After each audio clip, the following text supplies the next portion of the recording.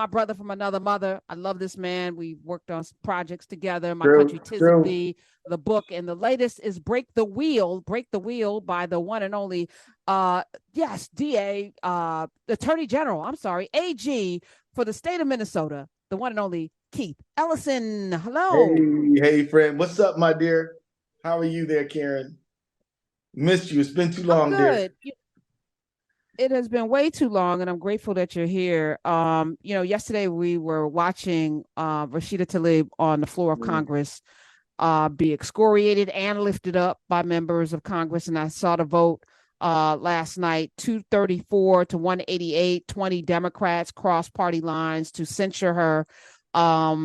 And I was saddened by that. And then I thought about you, the first Muslim elected to Congress.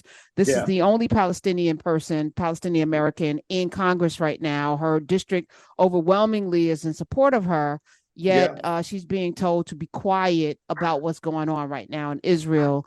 What are your thoughts on this? Well, Rashida is a very hardworking, sincere, dedicated person, and she feels the suffering of the people in Palestine and in Gaza very acutely because her family is from there. For her, it's not. I mean, look, if you, hopefully we all will be able to have compassion for any people who we don't know just because we know something bad happened to them.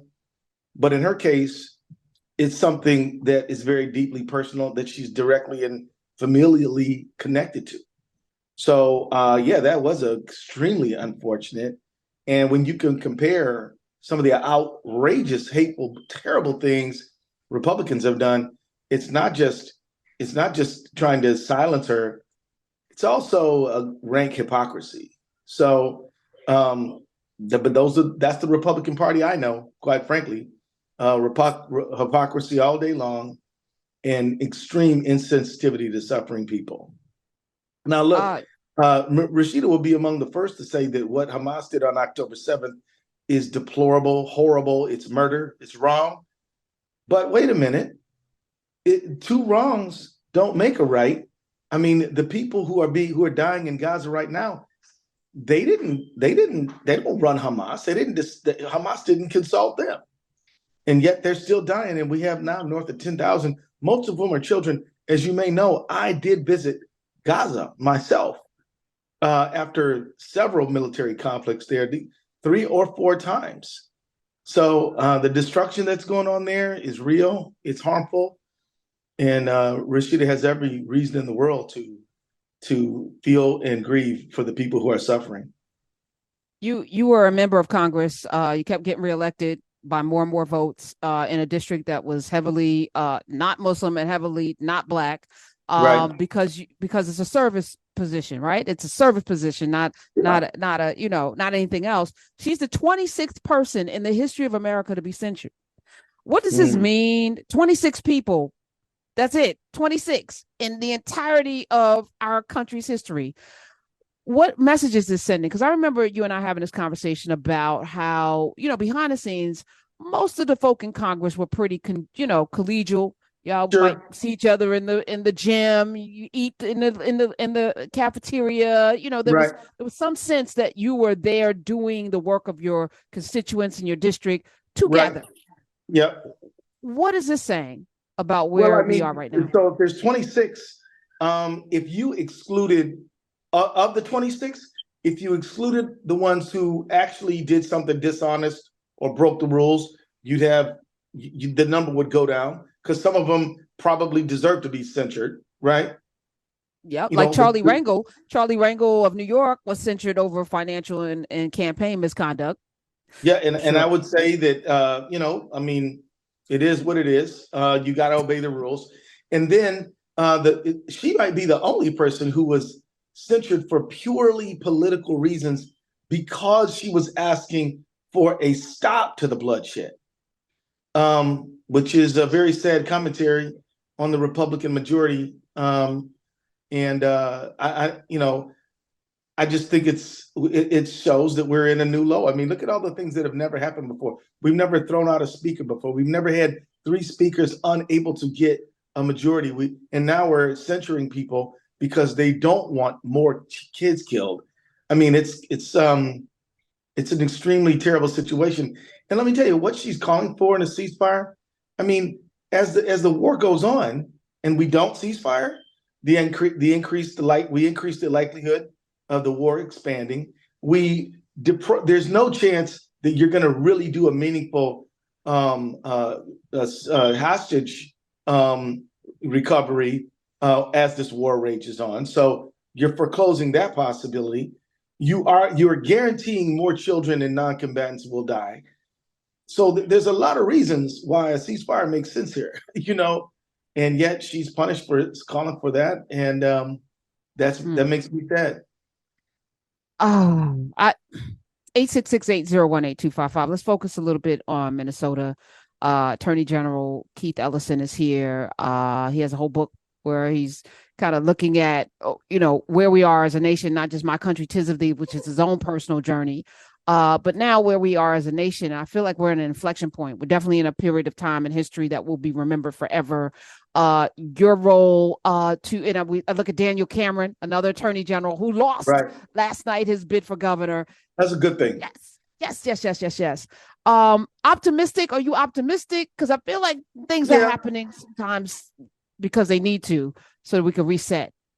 Well, I am optimistic, but I'm not sure it's because there's reason to be optimistic or because I'm just optimistic by nature, right? I do feel that people are going to get it. Things are going to get better. I do feel that's the case, but maybe I'm just built that way. I can tell you this. Ohio is a good sign. The only people making your healthcare and reproductive choices should be you. Now, you might be against abortion, you might be for it, but I don't think that a local legislature, is the right place to decide what you should do about your ectopic pregnancy. I mean, I just don't think so, and so Ohio, great, good on the Ohioans who said yes to reproductive choice and healthcare freedom for women. And then, the Andy Beshear, great guy, being reelected governor. He is. I mean, I think he is. I know. Okay. I loved his speech. And let me tell you, Andy Beshear is a good one. If somebody says, well, he did this thing wrong one time, I'm like, probably, then don't we all? But I mean, and he's a good man. I would say that. Everything I know about him is that. I am disappointed that a very, very good public servant, woman named Pam Stevenson, did not win the AG spot in Kentucky. She would have been a wonderful public servant. She didn't get through. But I do hope that she does. The legislature in Virginia, the Senate and the House are now in Democratic hands. Good. Stop Youngkin from doing bad things to Virginians. That's a good thing. And so, it was a good night overall. I think it is clear that while there is a substantial MAGA base out there, they are not the majority of Americans of any color, right? And most people want a country that works and want to reject people who don't want that to happen. On that note, I asked you to pop in because I wanted, your sound opinion, which is always valued here. Break the Wheel is the book. Keith Ellison is doing the work that many people expect everybody to do when you sit in that seat, which is to protect and serve the folk of your state. And Minnesota is very, very should be very proud to have you represent them in this way. And I'm grateful that you're part of this family as well, Keith Ellison. Thank you. Thank you, my dear. And let me just say, Break the Wheel. It's about my journey in prosecuting the officers who murdered George Floyd.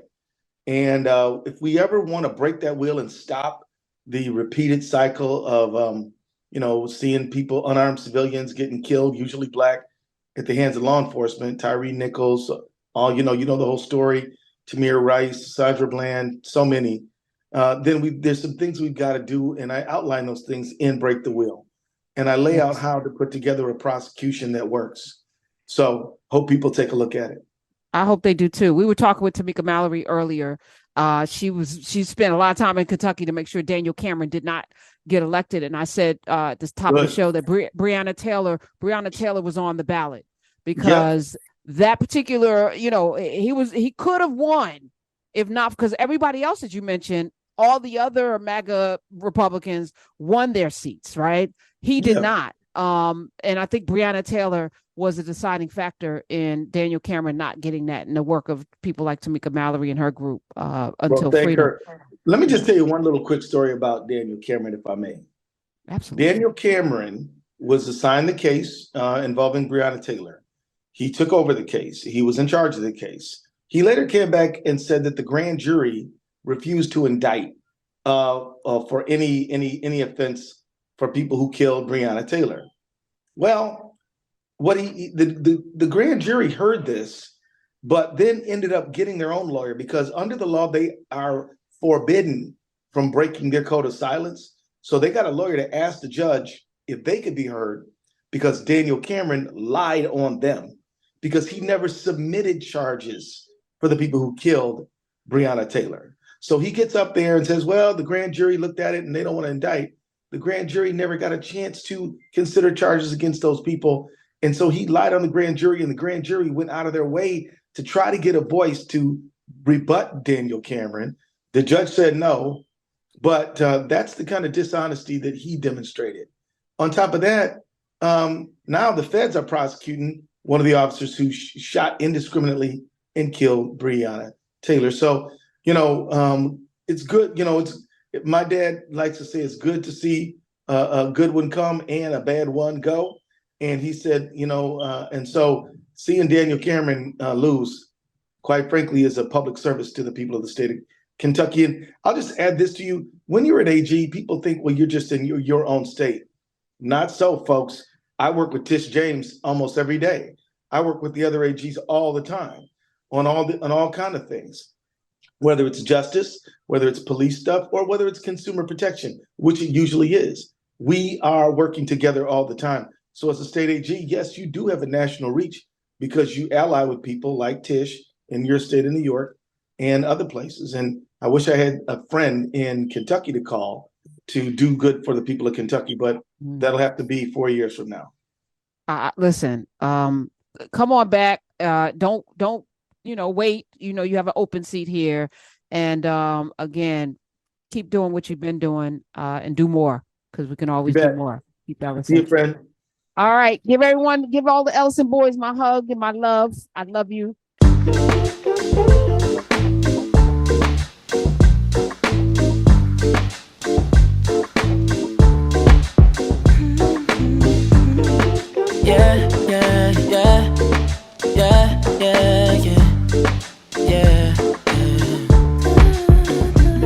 I run my fingers through her hair as she smiles and says that she loves me.